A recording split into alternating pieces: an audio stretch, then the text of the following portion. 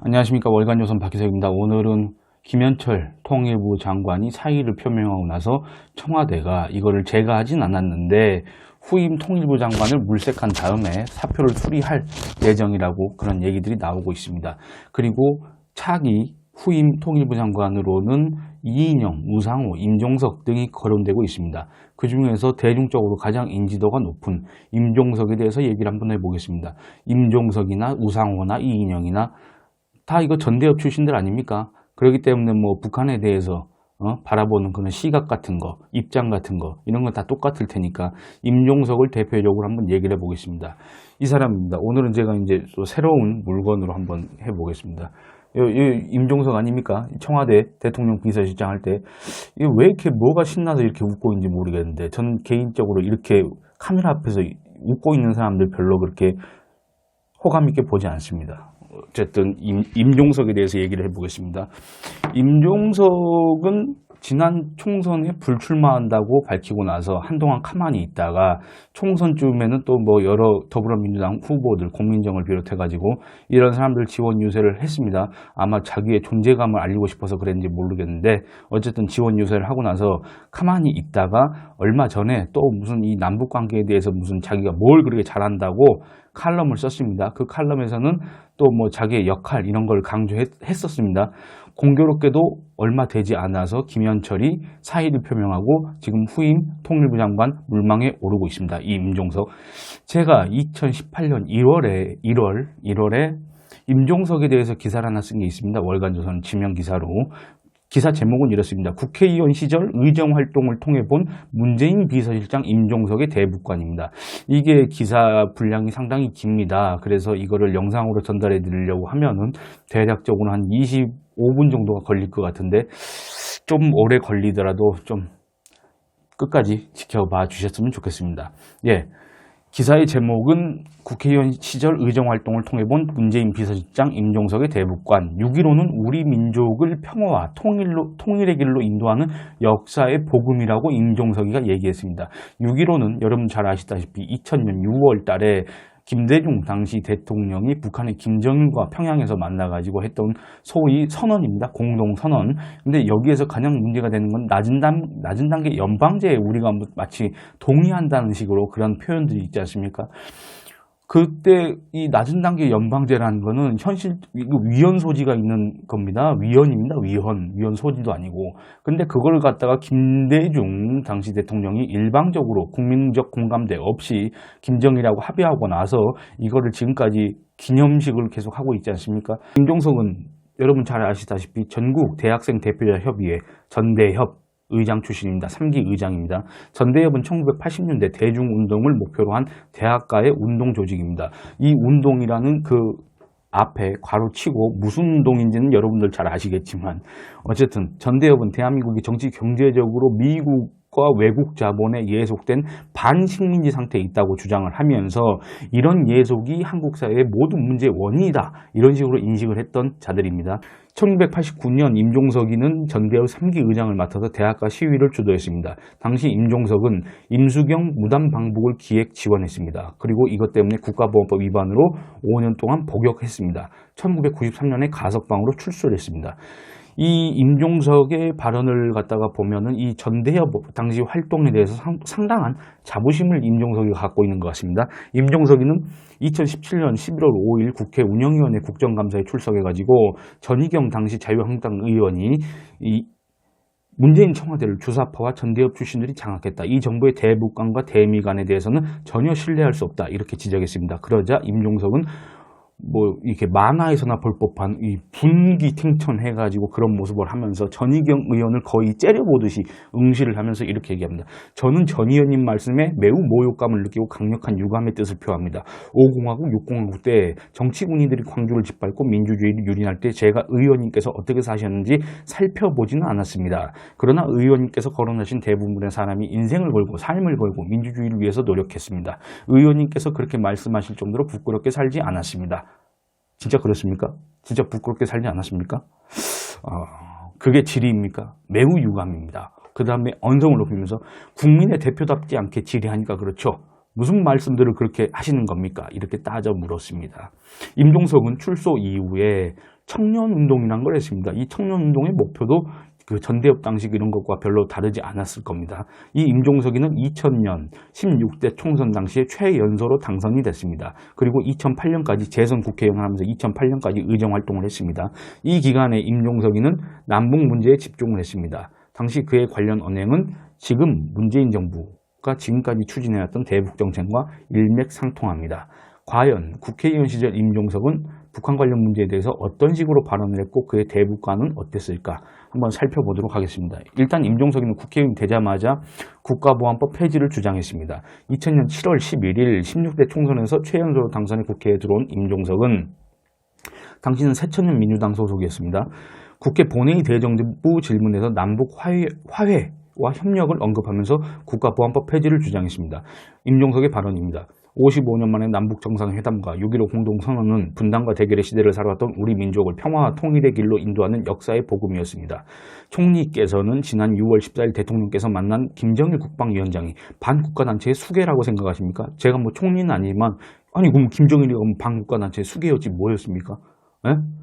근데 임종석이는 이렇게 얘기합니다. 아니면 북한의 지도자라고 생각하십니까? 국민은 혼란스럽습니다. 군은 더 혼란스럽습니다. 특히 우리 아이들은 대관절 영문을 몰라 합니다. 학교에서 뭐 이런 교육을 안 시키니까 애들이 모르는 거 아닙니까? 그 기성세대의 잘못 아닙니까? 제대로 된 교육을 안 한 거. 근데 뭐 총리한테 이걸 따져 묻고 있습니까? 뭐 교육을 제대로 시키라고 하든가 국회의원이. 안 그렇습니까? 임종석은 이어서 한쪽에서는 김정일 국방위원장의 팬클럽이 생기고 인민복이 유행하고 있습니다. 정치권은 이 혼란을 풀어줘야 합니다. 여러분, 반국가단체의 수개의 팬클럽이 생기는 나라가 정상인 나라입니까? 이게 과연 정상적인 나라입니까? 이때부터 이게 망조가 들어가지고 지금 이 나라가 이렇게 위태위태한 거 아닙니까? 정치권이 이 혼란으로 풀어줘야 한다는 거는 이거를 갖다가 제대로 교육을 시키고 북한에 대해서 확실하게 알게 국민들을 갖다가 교육을 시켜야 되는 거 아닙니까? 그게 국가의 의무 아닙니까? 근데 이러면서 반통일적이고 반인권적인 국가보안법은 이제 폐지되어야 합니다. 이렇게 주장을 합니다. 그리고 임종석은 또 2004년 10월 정책 자료집 국가보안법은 없다. 이걸 펴냈습니다. 당시 임종석은 이 보고서 서문에서 이렇게 얘기합니다. 이 땅에는 56년 동안 오직 국가보안이라는 허울을 쓴 정권유지법, 인권탄압법, 민족분열법이 있었을 뿐이었다면서 국가보안법은 존재 이유가 없기 때문에 폐지되어야 하고 존재해서는 안 되기 때문에 더더욱 폐지되어야 한다고 주장했습니다. 임종석은 분명히 인권탄압법이라고 했습니다. 국가보안법은 임종석 이 말을 들어보면 임종석은 그 누구보다도 인권을 갖다가 중요시하게 생각하는 정치인이라고 생각이 됩니다만 뒤에 후술하겠지만 임종석은 북한 인권에 대해서는 전혀 다른 시각을 보이고 있습니다. 임종석은 또 해당 자료집에서 이렇게 얘기합니다. 국가보안법은 적용 과정과 방식이 불법성과 야만성으로 가득한 반민주 악법의 상징이다.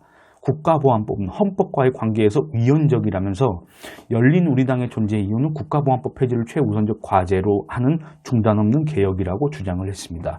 그리고 임종석은 북핵에 대해서도 일반인과는 상당히 다른 시각을 보였습니다. 2002년 1차 북핵 파동이 있었지 않습니까? 이때 당시에 이 북핵 파동이 임종석은 증거 없이 농축 우라늄 문제를 제기할 경우에 남북 관계가 경색된다, 우려된다 이런 입장을 밝혔습니다.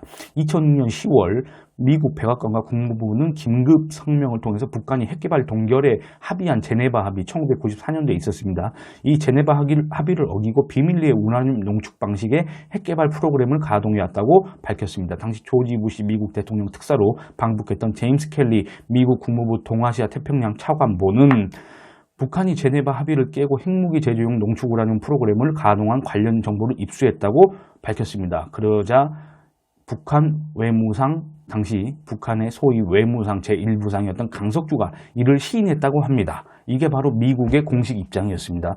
우리 혈맹이자 우방인 미국의 공식 입장이었습니다. 근데 이러자 이제 전 세계가 충격에 빠지고 북한은 부인과 침묵으로 일관하다가 결국에는 2009년도 6월에 가서야 이 고농축 우라늄 프로그램에 대해서 시인을 하게 됩니다. 근데 그 전에 이미 1호부터 3년 전에 이미 북한은 핵 실험을 했습니다.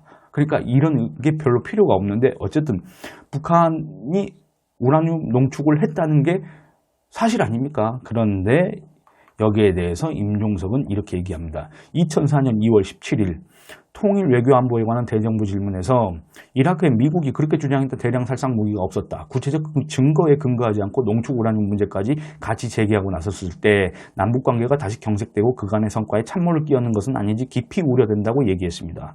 그리고 또 임종석은 2005년 4월 12일에도 대정부 질문에서 고농축 우라늄을 이용한 북한의 핵 개발과 관련해 미국으로부터 증거를 받은 일이 있느냐, 미국의 정보 조작 사례가 수없이 있었기 때문에 걱정된다, 이렇게 얘기합니다. 한미 동맹을 맺고 있는 미국, 우방인 미국이 더군다나 이 북핵이 있을 경우에는 최대 피해자인 우리가 미국의 정보를 믿지 않고 거기에 대해서 의문을 제기하면서 북한이 입장을 더 중시하는 듯한 이런 발언을 임종석이가 했다는 겁니다. 임종석은 미국에 대해서는 상당히 이렇게 비관적으로 보고 있습니다. 뭐라고 했냐면 한미 상호 방위 체계는 한반도 평화를 위한 미래지향적 대안이 될 수 없다고 그런 주장을 했습니다. 임종석은 2005년 8월 2+2 평화협정 그 실천적 논의를 위하여란 보고서에서 지금까지 한미 상호 방위 체계가 북한의 군사적 도발을 억제하는 역할을 해왔으나 한반도 평화를 위한 미래지향적 대안이 될 수 없다면서 남북한과 미국과 중국이 참여하는 평화협정의 체계를 주장했습니다.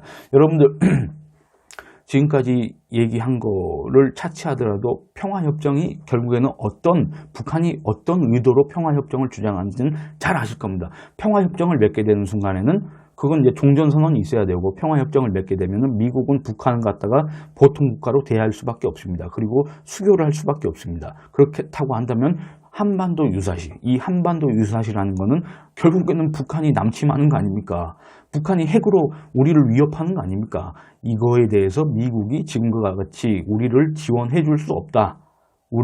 우리와 함께 한미연합 태세를 유지할 수가 없다. 그럴 명분이 약해진다. 그겁니다.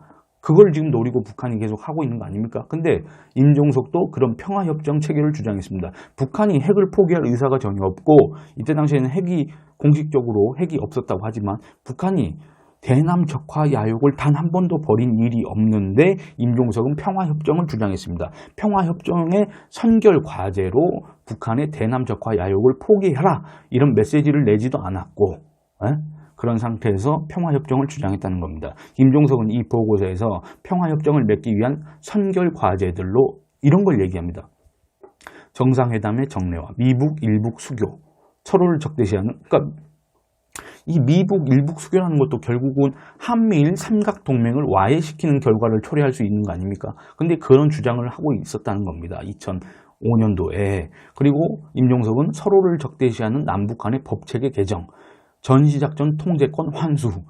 전시작전 통제권 환수 이것도 결국에는 한미연합태세를 결국에는 와해시키는, 붕괴시키는 그런 결과를 초래할 수도 있는 그런 거 아닙니까? 근데 임종석은 이런 주장을 했다는 겁니다. 물론 본인은 그게 아니었다고 할 수도 있겠지만 결과적으로는 그런 부정적인 상황을 초래할 수 있는 발언을 했다는 겁니다. 이 중에서 특히 사회적 논란을 조장할 수 있는 대목은 바로 법체계 개정입니다. 해당 보고서에서 임종석은 현재까지 남북한 모두에게 상대 부인과 통일 추구는 국가 존재의 근본 이유다. 그러나 평화와 통일을 지향하는 파트너로서 서로를 변모시켜야 한다면서 헌법 제3조와 4조를 개정해야 한다고 주장했습니다. 여러분들 그 헌법 제3조 잘 아실 겁니다. 대한민국의 영토는 한반도와 그 부속 도서로 한다. 그렇기 때문에 한반도의 이북, 대한민국 영토의 북반부를 갖다가 무단 불법적으로 점유하고 있는 북한은 반국가단체다. 자유민주적 기본질서에 입각한 평화통일 정책으로서 이거를 우리가 회복해야 된다. 이런 거를 갖다가 헌법 3조와 4조가 규정하고 있지 않습니까? 명령을 하고 있지 않습니까? 그런데 임종석은 이 헌법 3조, 4조가 통일 동반자인 북한을 반국가단체로 규정하고 우리가 통일해야 될 대상으로 규정하고 있기 때문에 한반도 평화체제 구축에 걸림돌이 된다는 식으로 그런 주장으로 오해받을 수 있는 그런 얘기를 했다는 겁니다.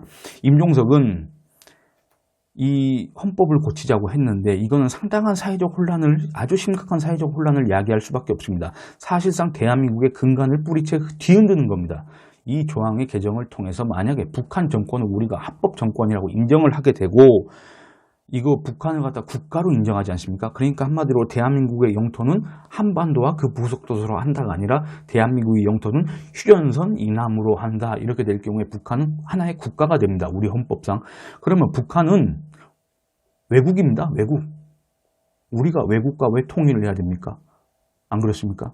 그러니까 이 임종석의 주장은, 이 헌법 3조를 고쳐야 된다는 이 임종석의 주장은 사실상 통일을 포기하고 영구 분단으로 가자. 이거를 헌법으로 못 박자. 그 주장은 하는 셈입니다. 물론 본인은 또 그게 아니었다고 하겠지만, 아니 북한이 대한민국과 동격의 국가라면 우리가 왜 그들과 통일을 해야 되느냐 그겁니다. 우리가 왜 일본하고 통일을 해야 됩니까? 우리가 왜 중국하고 통일을 해야 됩니까? 그거하고 같은 얘기입니다. 북한이 하나의 국가라면 우리하고 통일을 할 필요가 없습니다. 북한이 우리의 영토를 무단 점유하고 있는 반국가단체이기 때문에 우리가 그걸 회복해야 되기 때문에 지금 통일을 한다는 겁니다. 헌법이 그렇게 명령하고 있는데 임종석이는 이런 것들을 외면한 채 이런 주장들을 해왔다는 겁니다. 여러분 그 영상을 찍다 보니까 벌써 18분이 지났는데 요거는 절반으로 잘라가지고 곧 이어서 다시 2편으로 올리도록 하겠습니다. 일단 이 영상은 여기서 줄이도록 하겠습니다. 구독과 알림 설정, 좋아요와 댓글 부탁드리겠습니다. 감사합니다.